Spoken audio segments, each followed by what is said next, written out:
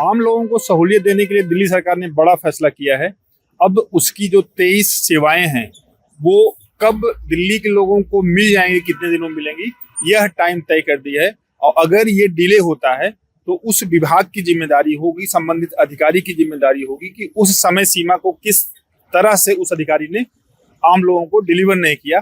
पूरा ये प्रोसेस क्या है, कौन कौन सी सेवाएं इसमें आ रही हैं, कितने दिनों के भीतर कौन सी सेवा मिल जाएगी आपको, उसके बारे में हम बात करते हैं अपने सहयोगी आदित्य पांडे से, जिन्होंने इसको समझा है कि कौन कौन सी सेवाएं मिल रही हैं आम लोगों को। आदित्य, 23 सेवाओं के साथ शुरू किया है दिल्ली सरकार ने अपना ये जो ईज ऑफ डूइंग बिजनेस का जो प्लान है इनका, कि 23 सेवाएं एक नियत समय के भीतर लोगों तक पहुंच जाएं। कौन कौन सी सेवाएं हैं, पहले तो ये बता दो। सबसे पहले तो मैं बता दूं कि जैसे मान लीजिए सबसे महत्वपूर्ण मुद्दा है कि अगर दिल्ली में आपको दुकान खोलना है, व्यवसाय शुरू करना है, तो इसके लिए केवल एक दिन में अब पंजीकरण हो जाएगा। इसी तरह जो है रेरा महीनों लग जाते थे, कई बार जो है दफ्तरों के चक्कर लगाने पड़ते थे।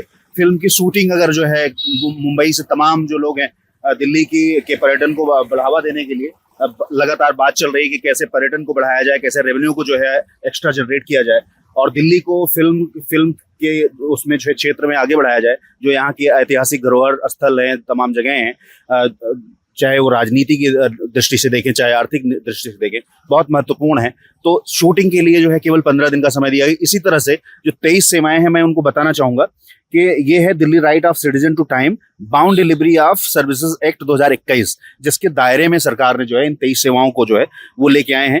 मैंने शुरुआत में ही बताया था कि व्यवसाय शुरू करने के लिए और दुकान जो है अपनी खोलने के लिए जो पंजीकरण का टाइम बाउंड है वो एक दिन का कर दिया गया है। अच्छा, ऐसा नहीं है कि हर सेवा, सारी सेवाओं की जो टाइम है डिलीवरी अलग अलग है, वो अलग अलग है। वो जो प्रोसेस, जो प्रक्रिया में लगता है वक्त, उसको देखते हुए किया गया, उसको देखते हुए। और दूसरा जैसे सबसे महत्वपूर्ण है, सरकार जो है ईज ऑफ डूइंग खासतौर से स्टार्टअप्स को बढ़ावा देने के लिए लगातार प्रयास कर रही है, तो इसको एक दिन का टाइम किया गया है। कुछ ऐसे भी हैं जैसे व्यापार के लिए मापतौल का उपकरणों का जो है जो पंजीकरण होता है, उसके लिए 45 दिन का समय दिल्ली सरकार ने निर्धारित किया है। रोजमर्रा से जुड़े जैसे बिजली का कनेक्शन हुआ, पानी का कनेक्शन हुआ, सीवेज का कनेक्शन हुआ, इन सब के लिए जो है 15 दिन का टाइम दिया हुआ है। इसीलिए बिजली के कनेक्शन के जो समझौते होते हैं उनके लिए 60 दिन के भीतर जो है इस प्रक्रिया को पूरा करना होगा जो है।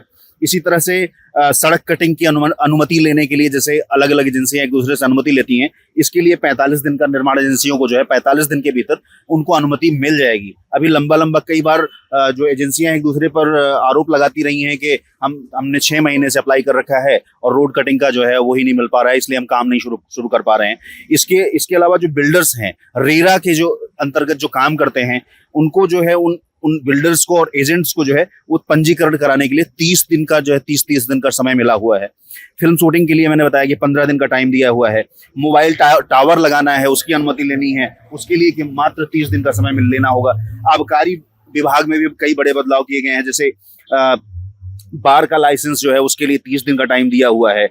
IMFL व FL इसकी श्रेणियां हैं, जो शराब की कैटेगरी होती है उसके हिसाब से, इसके लिए जो है 42 दिन का टाइम जो है वो सरकार ने निर्धारित किया है। इसीलिए पर्यावरण के क्षेत्र में जैसे पेड़ कटान को लेके जो है कई सड़क से जुड़े, फ्लाईओवर से जुड़े प्रोजेक्ट होते हैं, उसमें बड़ा लंबा समय लग जाता है, तो उसके लिए वन विभाग से या पर्यावरण विभाग से 60 दिन के भीतर जो है उनको अनुमति मिल जाएगी। एक चीज हो गया, 60 दिन के भीतर दही देनी है। अगर कुछ ज्यादा बड़ा पेंच नहीं फंस रहा है, कोई डॉक्यूमेंट पूरा नहीं हुआ है, हाँ, या कोई ऐसी गतिविधि नहीं हो रही है जो लीगल हो ही ना, उसको भी परमिशन की उसकी मांगी हो, या जैसे रोड कटिंग करनी है, रोड कटिंग ऐसा नहीं होगा कि बिना ट्रैफिक को पास दिए हुए, स्पेस दिए हुए रोड कटिंग की मंजूरी दे दी जाएगी। तो जो सेवा शर्तें हैं उसको उस एजेंसी को पूरी करनी होगी, और उस एजेंसी अगर ये सर्व करेगी हमने पूरा कर दिया, तो उसके 60 दिन के भीतर जो है उसको वो जो अनुमति है वो मिल जाएगी। एक चीज, लेकिन जो आम लोगों के लिए बिजली, पानी, सीवर का कनेक्शन है, 15 दिन के भीतर मैंने बताया जो है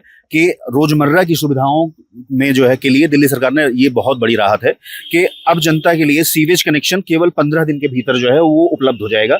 इसी तरह से बिजली विभाग को निर्देश दिया गया है कि नए मीटर से संबंधित आवेदन और कनेक्शन से जुड़ा समझौता जो होता है उसके लिए 60 दिन का जो है टाइम बाउंड सरकार ने किया है। हाँ, तो वही उस टाइम को एसेस किया हुआ है कि जो प्रोसेस में लगता है, मतलब एक नॉर्मल प्रोसेस जो होता है उसमें जो टाइम लगता है, उस टाइम को ब्लॉक कर दिया है कि इस टाइम के भीतर आपको देना ही देना है। अभी सबसे महत्वपूर्ण बात यह है कि जैसे दिल्ली की बात करूं मैं, सरकारी दफ्तरों में बाबू कई कई महीने तक फाइल दबा के रखे रहते हैं और लोग जो है चक्कर लगाते रहते हैं। तो ये जो है बाबुओं के ऊपर कहीं ना कहीं कंट्रोल होगा और टाइम बाउंड हो जाने के बाद पारदर्शिता बढ़ेगी कि उस समय के सीमा के भीतर उनको काम करके देना, जवाबदेही सुनिश्चित हुई है एक तरह से। क्योंकि उसमें ये भी है कि अगर जो अधिकारी, जिस अधिकारी के पास फाइल पड़ी हुई है, अगर वो नहीं दे रहा है तो उसको वैलिड रीजन, जवाबदेही तय होगी, या तो वैलिड रीजन होगा उसका। ये जो हमने बताया ना कि Delhi right of citizen to time bound delivery of services act 2021, इसके अंदर साफ जो है हर अधिकारी की जिम्मेदारी और सब कुछ इस एक्ट के अंदर तय है।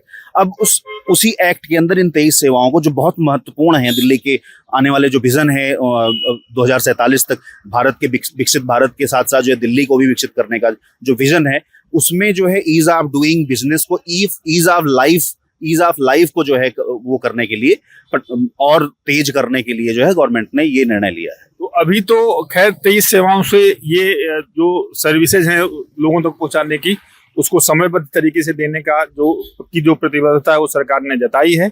आगे ये सर्विसेज जिस हिसाब से इसका एक्सपीरियंस मिलेगा, इन सर्विसेज की संख्या बढ़ती जाएगी। लेकिन ये फैसला ग्राउंड पे किस तरह से मूर्त रूप से उतरता है, लोगों को कितनी सहूलियत मिलती है, यह आने वाले वक्त में ही पता लग पाएगा। अभी के लिए बस इतना ही। वीडियो जर्नलिस्ट विवेक निगम के साथ मैं संतोष कुमार, अमर उजाला के लिए नमस्कार।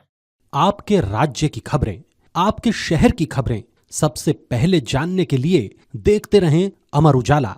चैनल को सब्सक्राइब जरूर कर लें और पाएं हर अपडेट।